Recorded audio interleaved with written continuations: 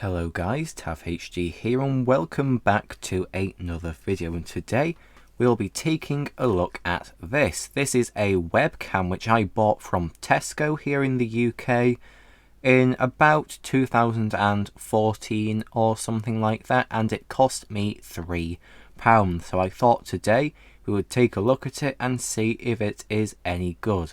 Now, it never used to look like this. It's got part of its casing missing and it has no stand, so it did have a mount so you could put it on top of your monitor, but it wasn't very good, so it fell off the back of my monitor, fell down the back of my desk, smashed into the wall, and the whole mount and the bottom casing just fell off and completely shattered. So there's no way to mount this to a monitor or anything, so you've got to kind of use some blue tack to stick it down and kind of angle it right, or just plonk it on the desk and hope for the best. So I thought today we would just take a little look at this and see if it's actually any good. So I'm going to try and do this like a proper review, even though I doubt anyone's going to buy one after looking at this, because I do not believe that they are still for sale. I couldn't find any pictures of this exact model online. There are a few similar ones being sold on eBay for about £10, so I'll put some pictures of those up on the screen. So let's talk about the cable length. I'll kind of stretch it out here. I'd say that cable, yeah, this is about a 2-meter USB cable, so it should be plenty long enough to get from your computer to your monitor or wherever you are going to put this. I really don't know what to really say about this. It's made out of plastic, black with some silver trim on the front, very attractive, and there is also a button on the top there.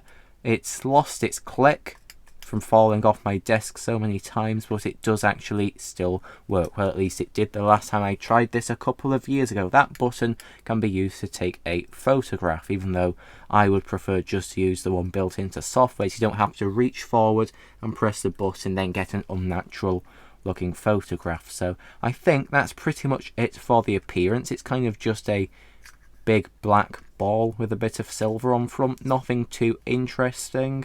But now let's have a look at the image quality. I know nothing about the specifications, I couldn't find anything online, so we're just going to have to go one step at a time and try and figure some things out about this. Alright, so I've just plugged it into my computer. I'm not sure if you can see, but there is a little green light on there showing that it is being used by the computer. That is quite cool, actually. I didn't know it did that, but now I've seen that, what I'm going to do is try recording a video. I'm going to try and mount this to the place where my camera is currently, and we'll have a look at the video quality difference. Bear in mind, my camera cost me £280 used. I believe it was about 700 new, and this was £3 new, probably now completely worthless. So now let's take a look at the video quality. Okay, so there we go. I am now recording on the webcam.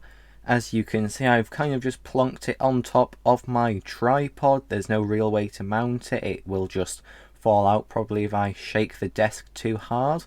But as you can see, there we go. That is the video quality. Now, of course, it doesn't look great compared to my G7 here, which is, of course, 4K. I've got no idea how many frames per second it's currently recording in. I'll try and find out in a second. No idea of the resolution or anything like that, but I think for £3 it doesn't actually look too bad. And you've got to consider that was £3 in probably 6 or 7 years ago, where video quality hadn't progressed to where it is today. Like, you can get a 12K video camera. That is very impressive. I wouldn't be surprised if this is more than 360p. I should be able to find out in the video properties when I finish this clip. So yeah, let's now finish this clip. Okay, so it turns out the resolution is 640 by 480, so that is 480p. That is higher than I thought.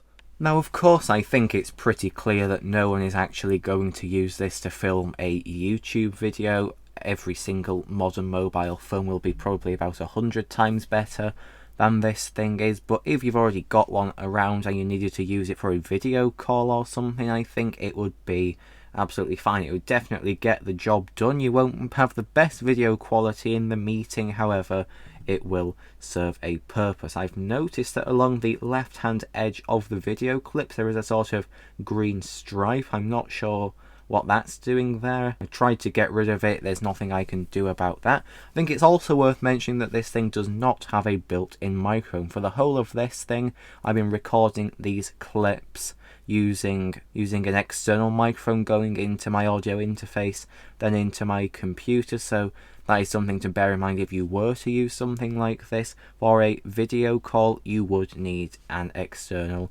microphone, which kind of makes it a bit harder to recommend something like this to use when so many other cheap webcams have a built-in microphone. I do actually have another cheap webcam. It was about £12. I'm going to go get that now, swap to that, and we'll have a look at the quality difference to see what the extra £9 really can get you. Okay, and now we are recording on the £12 webcam. I'll put some clips over the top of this to show you what it looks like. This is actually 1080p, or so it says on the front of the webcam. This is by Advent, so it's a Curry's Special. I've had this on for about a year, had no problems with it. I can already tell the quality is so much better. It looks like it's having some troubles with exposure here because of the lighting in here. My hands are very white. I'll turn off my big lights and see if it can cope any better then. Okay, I've turned the lights off now. It's a lot darker and it's struggling a bit more with the frame rate. Let's get some natural light in here, see if it can work that out. And no, so it looks like it can't deal with that sort of exposure. So of course, nowhere near as good as an actual proper camera, but this one is a lot better. I would much rather spend the extra £9 on this than the £3 one, plus you get a built-in microphone. Don't know how good it is, I will see when editing this, but this so far seems to be better. Okay, so we are back on my main camera now, back in 4K, and I couldn't help myself. I listened to the audio coming off this Advent one, and I would say it's pretty much unusable, so you would have to have an external microphone anyway for either of these two. Of course, if you've already got something like this lying around and you've got nothing better, you might as well give it a go. But if I didn't have any and I had the choice between getting this one or this one, I would definitely get this one. Higher resolution, overall just better quality. Even over the internet in a video call, this will come out on top. But if you've got this, you might as well give it a try, and then if it is no good for what you need, for only £12 you could get this, which is a lot better. Even though the audio is unusable, you could pick up a decent microphone for about £10 anyway, so about 20 quid in for one of these and a microphone. That's not too bad if you ask me. So I don't really know what the point of this video was. I don't really think there's much else I can discuss apart from, yeah, it's kind of okay compared to modern standards like this one. It's pretty rubbish, but you know, it was cheap, it's old, and it definitely would get the job done. So I think that that is pretty much it for this pointless video. Hopefully someone found it interesting and maybe a little bit helpful. However, I really do doubt it. So thank you for watching, and I will see you in the next video, which will be about something not so cheap and nasty. Goodbye.